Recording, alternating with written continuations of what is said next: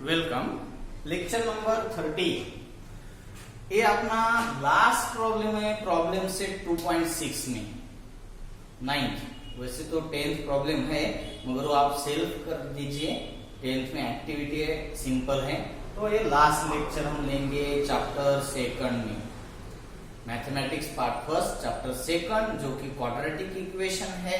उसमें हमने प्रॉब्लम से 2.6 में 9th प्रॉब्लम आज देखने वाले हैं। उसके पीछे के सभी प्रॉब्लम्स हमने देख लिए हैं। अगर मैं पहले भी कहता हूं, लास्ट में भी यही कहूंगा कि अगर आपको इसके अलावा अदर सोर्सेस से कोई भी प्रॉब्लम आपके सामने आता है, पहले तो आप सॉल्व करने का ट्राई कर दीजिए। अगर ट्राई नहीं होता तो आप कमेंट बॉक्स में आप मुझे लिखकर भेज सकते हैं। तो चलो ठीक है, आज का प्रॉब्लम हम सॉल्व करते हैं। शुरू करना होगा, पहले तो रीड कर लेंगे। If 460 is divided by a natural number, 460 को एक नेचुरल नंबर से डिवाइड करना है।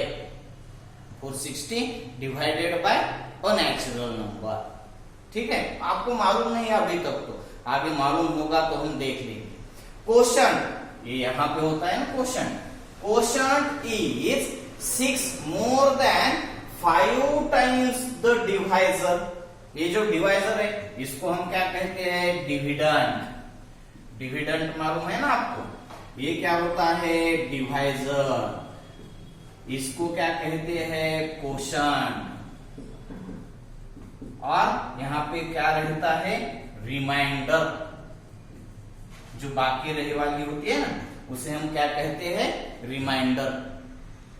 अब आपको डिविडेंड, डिवाइजर, क्वोशंट और रिमाइंडर के रिलेशन में एक प्रॉपर्टी अच्छे से याद होनी चाहिए।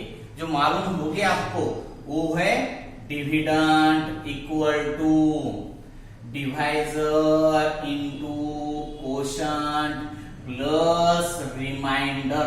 सिंपल प्रॉपर्टी है, आपने बहुत सालों से देखी है। 5th, 6th, 7th, 8th, 9th हर साल आपको इस प्रॉपर्टी का यूज आपने किया है। तो dividend equal to divisor into quotient plus remainder, इस प्रॉपर्टी का हम इस प्रॉब्लम में यूज कर देंगे और इससे आपको इक्वेशन मिल जाएगा। मगर आपको डिविडेंड तो मालूम है आपको 460 है, इक्वल टू डिवाइजर जो आपको दिया भी नहीं गया है। डिवाइजर तो नहीं दिया है, इसलिए हम डिवाइजर यस सपोज कर लेंगे, ठीक है। अब डिवाइजर मालूम हो गया तो क्वोशंट कैसे बताया गया है? Quotient is 6 more than 5 times the divisor. समझ लीजिए आप, जो आपका क्वोशंट है वो डिवाइजर के 5 टाइम्स से भी 6 से ज्यादा है। तो क्वोशंट क्या हो गया आपका? डिवाइजर का 5 टाइम्स, उससे 6 ज्यादा, यानी क्वोशंट हो जाएगा आपका 5x प्लस 6। एंड रिमाइंडर जो कि आपको सीधे तरीके से बताया गया है 1 है। आपको अच्छी तरीके से प्रॉब्लम समझ लेना होगा। डिविडेंड आपको मालूम है 460, डिवाइजर जो मालूम नहीं था हमने सपोज कर लिया x। क्वोशंट की कंडीशन आपको बताई गई है, quotient is 6 more than 5 times the divisor. Divisor से डिवाइजर का 5 टाइम्स और उससे भी 6 से ज्यादा है क्वोशंट आपका। तो x का यानी डिवाइजर का 5 टाइम्स कर लेंगे हम 5x, और उससे 6 ज्यादा है तो प्लस 6 हो जाएगा। 5x plus 6 is a quotient. और उसके बाद रिमाइंडर जो कि आपको बताया गया है, ये चार बाब है जो कि आपको इक्वेशन में पुट करनी होंगी। जो इक्वेशन आपको पहले से ही मालूम है, dividend equal to divisor plus quotient, sorry into quotient plus remainder. तो यार डिस्कशन जो हो गया, इसके हिसाब से हम सॉल्यूशन की तरफ जाएंगे। ये बहुत सिंपल हो गया। अगर आपको dividend equal to divisor into quotient plus remainder ये प्रॉपर्टी आपको मालूम होगी तो सॉल्यूशन में स्टार्ट कहां से करेंगे? आपको एक बात तो मालूम है, किसको डिवाइड करना है? 460 को, तो ये क्या हो गया, डिविडेंट हो गया। हम डिविडेंट लिख देंगे, हियर बोल के लिखेंगे, here we know here dividend equal to 460। Let आपको डिवाइजर मालूम नहीं है तो divisor equal to x suppose कर देंगे हम। नाउ उसके बाद आपको क्या मिल सकता है, क्वोशंट। क्वोशंट कैसा है, कैसे है quotient? Quotient is 6 more than 5 times the divisor, x से 5 गुना और उससे 6 से ज्यादा, 5x प्लस 6। एंड रिमाइंडर भी आपको सही तरीके से बताया गया है, तो रिमाइंडर भी आप लिख दीजिए 1।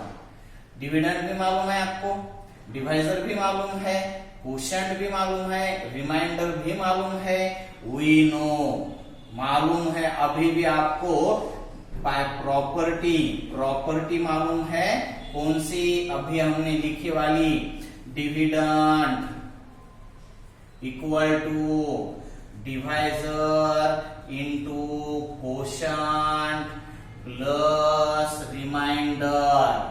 अब इसके आगे हम नेक्स्ट जाएंगे। डिविडेंड मालूम है ना आपको, 460 इक्वल टू डिवाइजर क्या है आपका x इंटू क्वोशंट क्या है 5x plus 6 and plus remainder 1। तो ये इक्वेशन क्वाड्रेटिक इक्वेशन आपको मिल जाएगा, 5x square plus 6x plus 1, 5x square plus 6x minus 459 equal to 0। That is 5x square plus 6x minus 459 equal to 0। ये quadratic equation आपका बन गया और इस क्वाड्रेटिक इक्वेशन को आपको सॉल्व करना है। अब क्या करेंगे सॉल्व करने के लिए, स्क्वायर टर्म का कोएफिशिएंट 5 और कांस्टेंट टर्म 459, इन दोनों का मल्टीप्लिकेशन करेंगे। मगर मैं यहाँ पे नहीं करूंगा क्योंकि इसके आगे जाके भी आपको इसके फैक्टर ही चाहिए, तो यहाँ पे हम नहीं करेंगे। अब आपको क्या करना होगा, 459 के फैक्टर्स समझ लेने होंगे।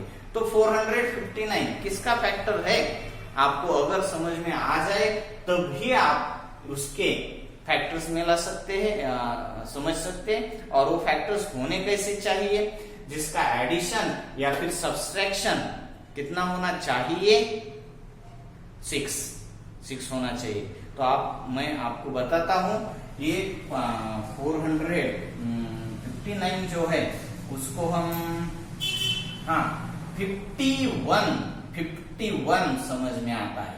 51 इंटू 9 इंटू 5, 51 मैं क्यों समझ रहा हूं 51, थोड़ी सी आइडिया है इसलिए। आप अगर आपको आइडिया नहीं तो आप अलग अलग नंबर्स ट्राई कर सकते हैं, मुझे मालूम है इसलिए मैं ट्राई नहीं कर रहा हूं। अगर ट्राई करना ही है तो 3 से डिवाइड होगा इसको, मैं 51 तो सपोज कर दूंगा, मगर आपको अगर नहीं 51 समझ में आता तो 3 है, 9 है, 9 से भी डिवाइड हो जाएगा इसको। 9 5 जार 45, 9 1 जार यानी 51 इंटू 9 आ गया आपका। अगर ये भी मालूम नहीं है, 9 समझ में नहीं आता तो 3 समझ में आ जाएगा, क्योंकि इन तीनों का एडिशन कितना है 18 है, तो 3 से डिवाइड तो होना ही होना है। 3 1 जार 3, 3 5 जार और 3 3 जार इंटू 3, तो इसको और भी 3 से डिवाइड कर सकते हैं आप। 3 5 जार और 3 1 जार इंटू 3, तो ये फिर से 51 इंटू 9 ही आएगा। और यहाँ पे मुझे फैक्टर्स दिखाई देते हैं, 51 इंटू 9 किसके फैक्टर हैं, 459 के, और ये 5 जो है वैसे ही रखा है मैंने, तो ये होगा 51 इंटू 45, 51 इंटू 45, ये दो जो फैक्टर्स है किसके हैं, 459 इंटू 5 के, जो कि मैंने सिंगल टर्म में नहीं लिया है। 51 इंटू 45, तो इनका एडिशन होगा कैसे, नहीं, इनका क्या हो जाएगा, सब्सट्रैक्शन। सब्सट्रैक्शन के लिए आपको मालूम है, बिगर को मिडल यानी यहाँ प्लस है तो प्लस दे देंगे, और स्मॉलर को ऑपोजिट यानी माइनस दे देंगे, तो इक्वेशन हो जाएगा 5x square plus 51x minus 45x minus 459 equal to 0। ठीक है, अब आपको क्या करना होगा, पहले दो में का एक ग्रुप और दूसरे दो में का एक ग्रुप। यहां पे मैं क्या कर देता हूं, रिमाइंडर।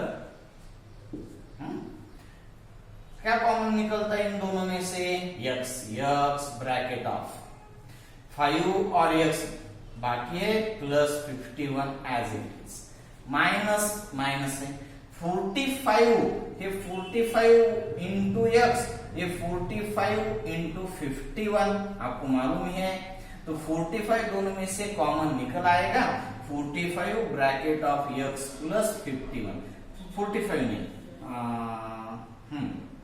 45 5x स्क्वायर, तो 5x तो बाकी रहना ही चाहिए, तो 9 कॉमन निकालते हैं यहां से।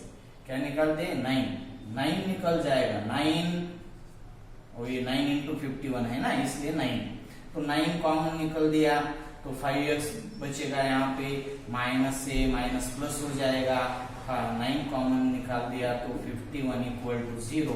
तो पहला ब्रैकेट में होगा 5x प्लस 51 और सेकंड में होगा x माइनस 9 इक्वल टू 0। एक तो पहला ब्रैकेट 0 होगा या फिर ये दूसरी टर्म तो 0 होनी चाहिए, that is 5x plus 51 equal to 0 और x माइनस 9 इक्वल टू 0। तो x इक्वल टू क्या हो जाएगा, ये माइनस 51/5। ये तो पॉसिबल नहीं हो जाएगा क्योंकि डिवाइजर जो है वो हम निगेटिव आंसर भी नहीं है आपका और नहीं चल जाएगा, तो ये पॉसिबल नहीं है।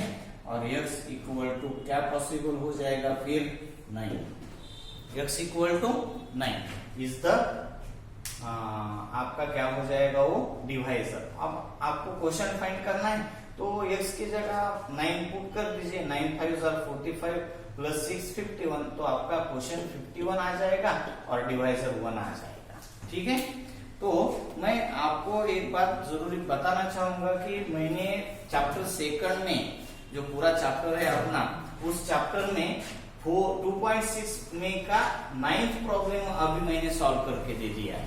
10th जो बाकी है वो एक्टिविटी बेस्ड है, तो आप वो सिंपली सेल्फ में कर सकते हैं। ओके।